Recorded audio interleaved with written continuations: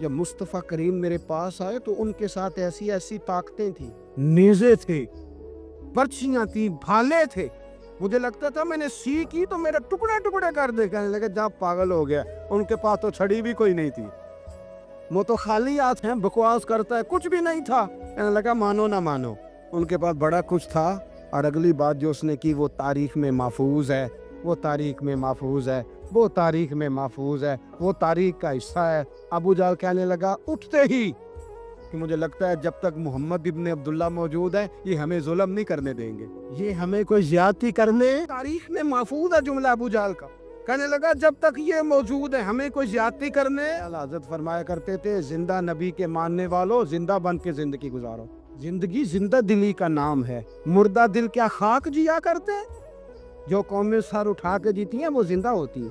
اس لیے اپنی زندگی میں حق کے خود اختیاری پیدا کرے، جینا سیکھے، لڑنا سیکھے، میدان میں رہنا سیکھے.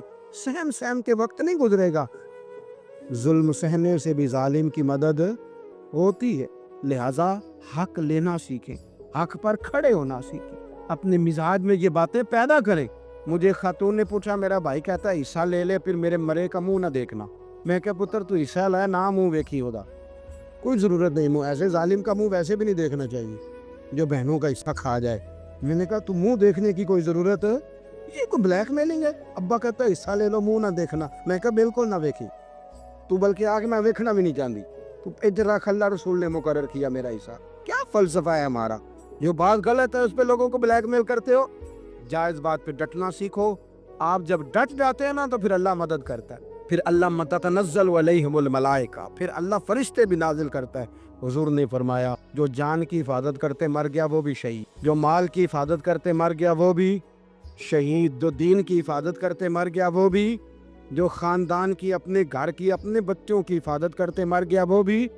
اتنا بڑا درجہ حضور نے بیان کر دیا ہے. تو کبھی بھی زندگی میں ظالم کے سامنے سرنگو نہ ہونا، کچے پلپلے ہونے کا کبھی بھی اظہار نہ. حضرت تمیم داری رضی اللہ تعالیٰ عنہ فرماتے ہیں کہ ہم کھڑے تھے، ایک اونٹ دوڑتا ہوا آیا، نبی کریم صلی اللہ علیہ وسلم کے پہلے اس نے قدموں پہ سجدے کیے. صحابہ کہنے لگے تو ہمیں بھی اجازت دیں. فرمایا وہ تو بے زبان ہے، اسے تو پتہ کوئی نہیں، پیش نظر ہے وہ نو بہار، سجدے کو دل ہے بے قرار، روکیے سر کو روکیے یہی تو امتحان ہے. فرمایا اسے کیا پتا، تم تو مکلف ہو شریعت کے، تمہیں اجازت نہیں ہے. اور اعلیٰ حضرت نے 2 ٹوک لکھا ہے، فرمایا سوائے خدا کے کسی کو تعظیمی سجدہ بھی حرام ہے. یہ نوٹ کر لیں میری بات. اور اعلیٰ حضرت نے فتاوی رضویہ میں لکھا ہے کسی قبر پہ جاؤ تو 4 ہاتھ دور کھڑے رہو. اللہ کرے آپ کو سمجھ آئے. کتنے ہاتھ؟ 4 ہاتھ دور کھڑے رہو، سورۃ فاتحہ پڑھو، درود شریف پڑھو، جس قبر پہ گئے ہو ان کی روح کو اصال ثواب کر، ان کے وسیلے سے دعا مانگو. اعلیٰ حضرت فرماتے ہیں قبر کو سجدہ بالاتفاق حرام ہے، طواف قبر کا کرنا بالاتفاق حرام ہے. بوسہ لینے میں اختلاف ہے کہ جائز ہے کہ ناجائز ہے، لیکن بوسے سے بھی چونکہ شک پڑتا ہے تو فرماتے ہیں احمد رضا کی رائے یہ ہے کہ بوسہ لینے سے بھی بچا جائے.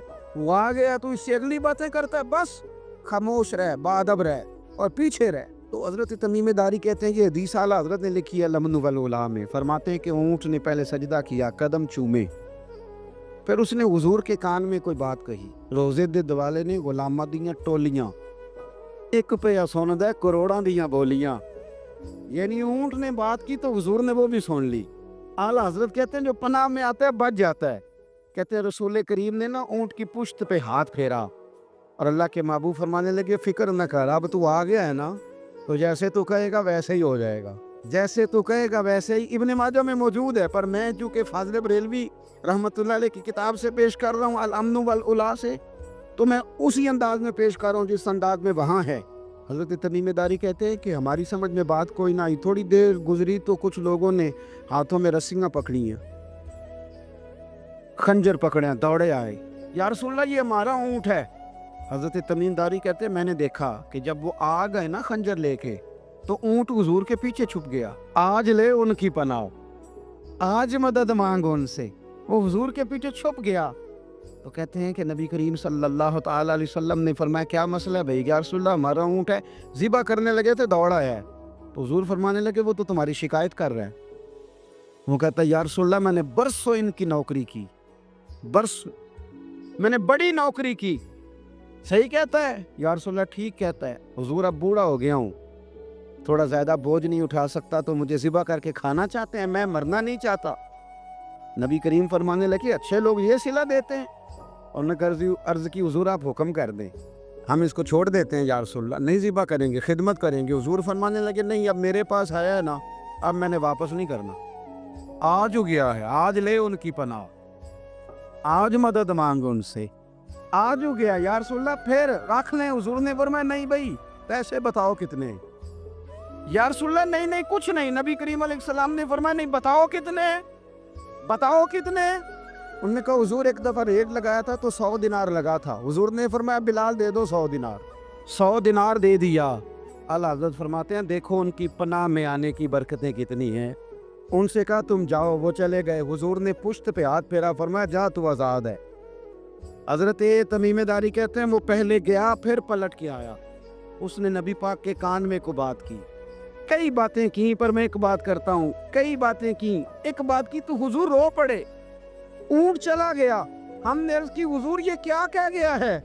تو محبوب فرمانے لگے یہ کہہ گیا یا رسول اللہ جس طرح آپ نے مجھے چھری سے بچایا ہے, میں دعا کرتا ہوں اللہ آپ کی امت کو جہنم سے محفوظ فرمائے. اللہ جہنم سے بچائے آپ کی امت, اس طرح مجھے چھری سے آپ نے محفوظ کیا. اعلیٰ حضرت فرماتے ہیں کن چکروں میں پڑے ہوئے ہو, کن چکروں میں؟ پیسوں کی پناہ لیتے ہو, عہدوں کے پیچھے چھپتے ہو, دولت کے پیچھے چھپتے ہو, تعلقات کے پیچھے چھپتے ہو. پر میں مصیبت آئے گی تو یہ سارے ہٹ جائیں گے. اگر پناہ لینی ہے تو مدینے والے محبوب کی پناہ لو, دروازے رسول پہ آؤ, نبی کریم کی بارگاہ میں جھکو, حضور سے پیار کرو. اعلیٰ حضرت فرماتے ہیں محبوب کا ادب کرو, رسول اللہ کی غلامی کرو. فرماتے ہیں پھر کے گلی گلی تباہ, ٹھوکریں سب کی کھائے کیوں, دل کو جو عقل دے خدا تو تیری گلی سے جائے کیوں. اور فرمانے لگے جان ہے عشق مصطفیٰ, روز فزوں کرے خدا, جس کو ہو درد کا مزہ وہ ناز دوا اٹھائے کیوں. جس کو ہو درد کا مزہ وہ ناز دوا اٹھائے کیوں. انہوں نے محبوب کریم کی محبت کا پیغام دیا, صحابہ کی محبت کا, بولیے, صحابہ کی محبت کا پوری کتاب لکھی حضرت صدیق اکبر جناب عمر کے فضائل پر. اور مزے کی بات یہ ہے کہ اعلیٰ حضرت نے نا اردو شاعروں میں سے کسی کو توفیق نہیں ہوئی حضور کو شہنشاہ کہنے کی. اعلیٰ حضرت نے کہا میرے نبی شہنشاہ ہیں. دلیل کیا دی؟ فرمانے لگے پڑھو ترمذی, حضور نے فرمایا میرے 2 وزیر زمینوں میں ہیں 2 آسمانوں میں. زمین کے 2 وزیروں کے نام ابو بکر اور عمر ہیں, آسمان کے 2 وزیر ہیں جبریل اور میکائیل. اعلیٰ حضرت کہنے لگے حضور وزیر تو کسی شہنشاہ کے ہی ہوتے ہیں, پھر کہہ لو نا شہنشاہ. تو پھر فرمانے لگے حاجیو آؤ شہنشاہ کا روضہ دیکھو, حاجیو آؤ شہنشاہ کا روضہ دیکھو. کعبہ تو دیکھ چکے اب کعبے کا بھی کعبہ دیکھو, کعبہ تو دیکھ چکے اب کعبے کا بھی, غور سے سن تو رضا کعبے سے بھی آتی ہے صدا, میری آنکھوں سے میرے پیارے کا روضہ دیکھو. اعلیٰ حضرت نے ساری زندگی اور صحابہ کرام کی بات کی, اہل بیت کی بات کی, اولیاء کی بات کی, صوفیاء کی بات کی, دفاع کیا سب کا, سب کے شانوں میں لکھا, امت کو بتلایا کہ اپنے بزرگوں سے جڑے رہو گے تو بچے رہو. اعلیٰ حضرت نے طنز کرنے سے, تنقید کرنے سے, بلا وجہ غلطیاں نکالنے سے اور ایک دوسرے پر لان تان کرنے سے ہمیں بچنے کو کہا. اعلیٰ حضرت فرماتے ہیں کوئی علم اگر آ جائے نا تو اس کا معنی یہ نہیں کہ سب کو جاہل سمجھ لینا چاہیے. سمجھ آ رہی ہے میری بات کی؟ ہم جس شعبے میں بھی ہوتے ہیں نا سامنے والے کو ان پڑھ ہی سمجھتے ہیں.